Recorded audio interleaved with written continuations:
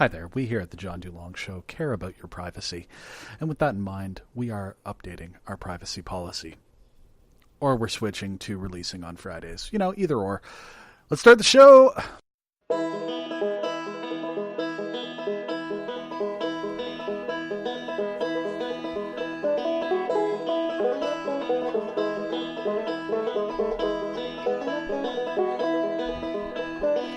Welcome to the John DuLong Show! Welcome to episode number 31. Come on in, take a seat. So glad to have you here for the very first episode of the John DuLong Show here on a Friday. Guess you can't say it's the Monday morning nonsense anymore. Friday fun times? I don't know. We'll workshop that out. Come on in. So glad to have you here. It's good to be back. Not that I really went anywhere. We just put off releasing the episode by a few days. Very, very pleased to have you here for what's kind of going to be a bit of a soft relaunch here on episode number 31. Soft relaunch of the John DuLong Show. I've been thinking about doing this for a little while. First of all, I've been thinking about moving the show to Fridays. I talked about that on the announcement. I've been thinking about doing that for a little while now, just because it gives us a little bit of an opportunity to live through the week and you know, really come together and have a quick chat. You know, it's mostly me talking, but whatever. Real quick chat about how the week has gone and what has gone on throughout the week. Also, what we're going to look at doing is maybe having slightly shorter episodes, going the full hour. I feel like sometimes we lose a little bit of focus when we go the full hour. They'll still exist, particularly when I have interviews on.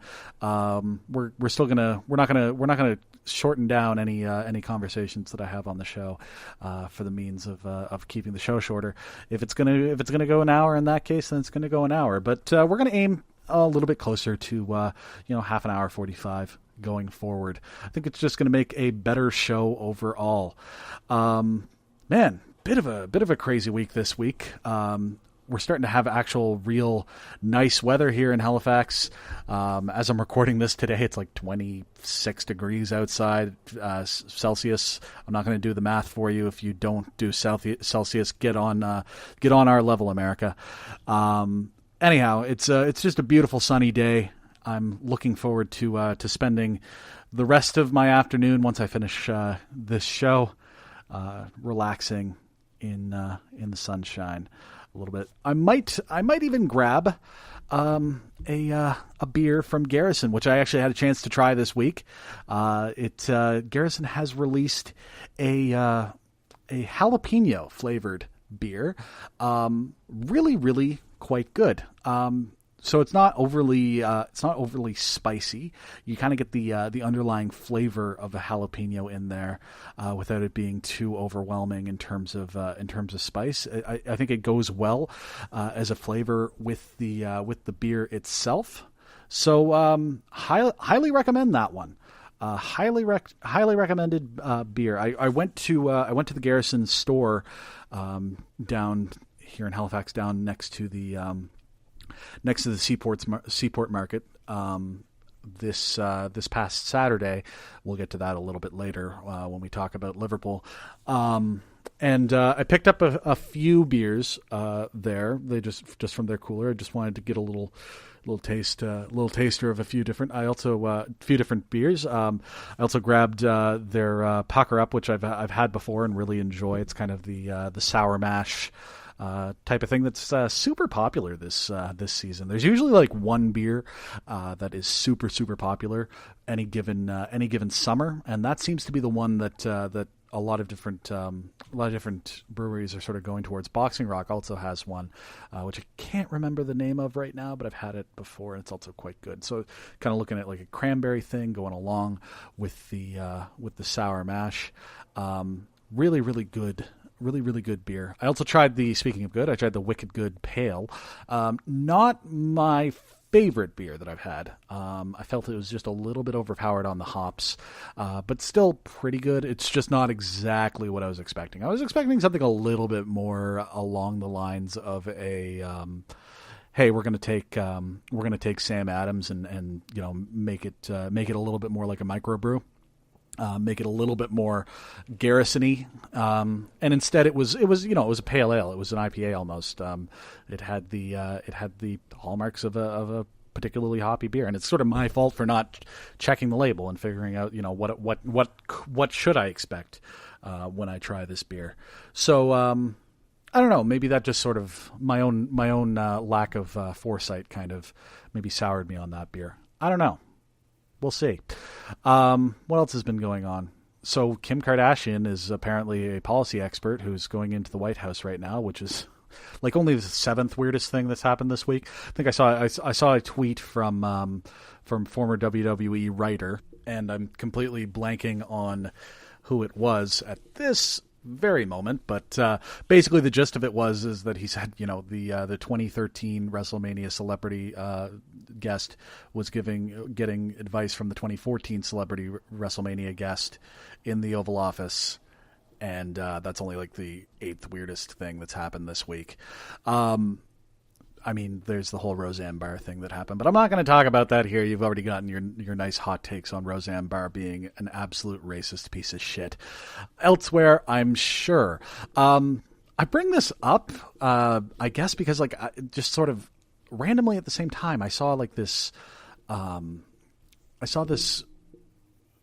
news piece about somebody had created a browser extension for Chrome or for Firefox that blocked out any piece of news that's about the Kardashian / Jenner / I guess Kanye West clan, which made me think, is that strictly speaking necessary? I don't know about you, but I don't watch television news almost ever. Sometimes it's on at work and I'll catch a bit of what's going on CNN. Maybe CBC is on or whatever. But I pretty much, I consume my news through podcasts, through the radio, and through, things that I actually read, either in the newspaper or online. Which means now I go out of my way to try and have a sort of broad base of where I get my information from, get my news from. I try and be as open in my sources as I possibly can. I like to get a lot of different viewpoints and blah blah blah blah blah, all that sort of jazz. I also tailor myself to getting what I feel is good sources, hard news sources, and areas where I can trust what's being said. And, at least can recognize when there's spin or when there's bias, because there always is a bit of spin or bias. That's not necessarily a bad thing. I think it's only bad when, it's not on its face obvious that it's existing. It's when punditry is being treated as news that's problematic for me. So here's the thing, I have never read an article, never listened to a news piece about any of the Kardashians that I didn't specifically click on or, subject myself to. Is it really necessary that we have a browser extension to block out pieces of news that we don't want to read? Just don't click. Just don't look at them. Just don't give them your attention on your own. Is somebody forcing you to read these articles? Is it some weird, Clockwork Orange, the little arm thingies? I'm sure there's a word for that I'm forgetting right now.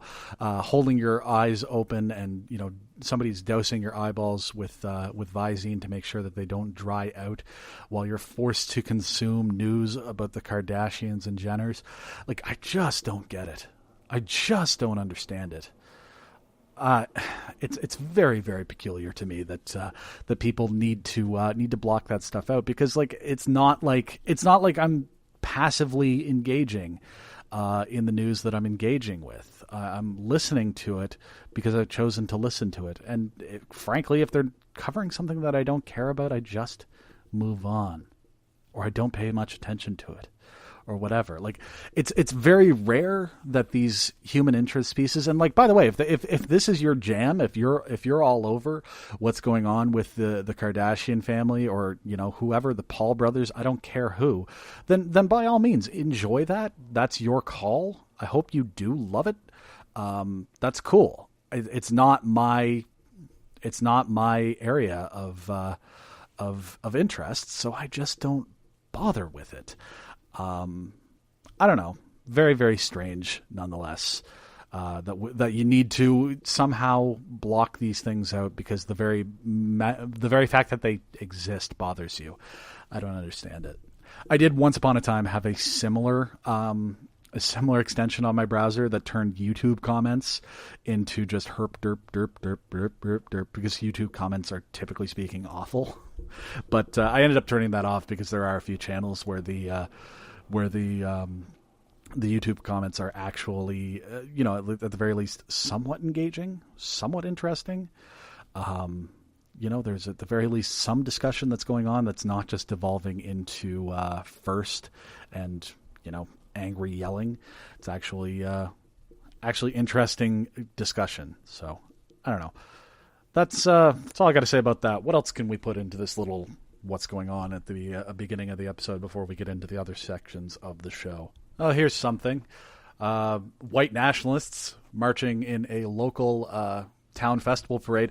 I'm originally from the Annapolis Valley myself, and sort of one of the biggest festivals that go on in the spring and into the summer is the Apple Blossom Festival in the Kentville area, and members of the National Citizens Alliance marched in the Apple Blossom Parade.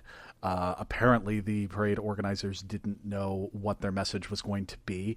Apparently when they were marching, they had bullhorns. Stephen Garvey, the leader of the NCA, was marching in the parade with a bullhorn, saying things like, "Wake up, we don't want to become a globalist village." So that's fun. Basically, the Apple Blossom Festival's directors have apologized for the NCA's presence in a press release that they sent out last week. Say the organization has been banned from future festivals, which, you know what? There we go. It's a private function, and you don't have to give them the platform that they so crave, and that's the only thing that keeps them relevant. So that's all I'm going to say about them. It's interesting that it happened, and go fuck themselves. Apparently, I read somewhere that there's possibly going to be a presence at the Cedar Festival here in Halifax, which is like a Lebanese festival that kind of happens not too far from John DeLong Show HQ. Unfortunately, I'm working through the whole thing, which really sucks because it'd be really great to get to take part in that and eat some really delicious Lebanese food, but such is as it is. If you happen to be going out to the Cedar Festival this weekend and you see those folks there, just pay them no mind, and you know what? Show some love to the folks who are there, who are just as legitimately here in Canada as anyone else. And that's all that I have to say about that. Man, we've covered beer, we've covered the Kardashians, we've covered white supremacy. We're clipping along here on this episode of the John DeLong Show. After this quick break here, I'm going to talk about last Saturday, the Champions League final. A little bit of disappointment for Liverpool fans such as myself, but I had a really good day nonetheless, and we're going to have a quick look back on that, and also kind of the weird, crazy week that it's been surrounding both teams in that final. Right after this.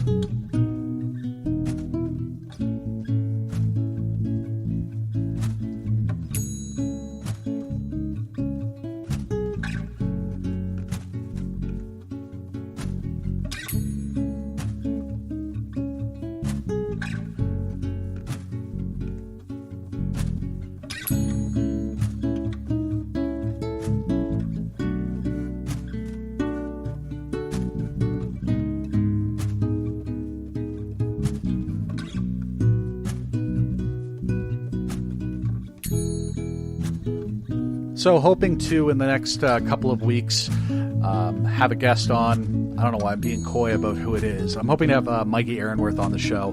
Mikey is one of the co-hosts of the Retrograde podcast, which is one of my favorite podcasts that I've recently gotten into. It's where Mikey and his longtime friend Andrew, they sort of pre-review a game based on their memories of it as a kid, and then they play the game, and then they give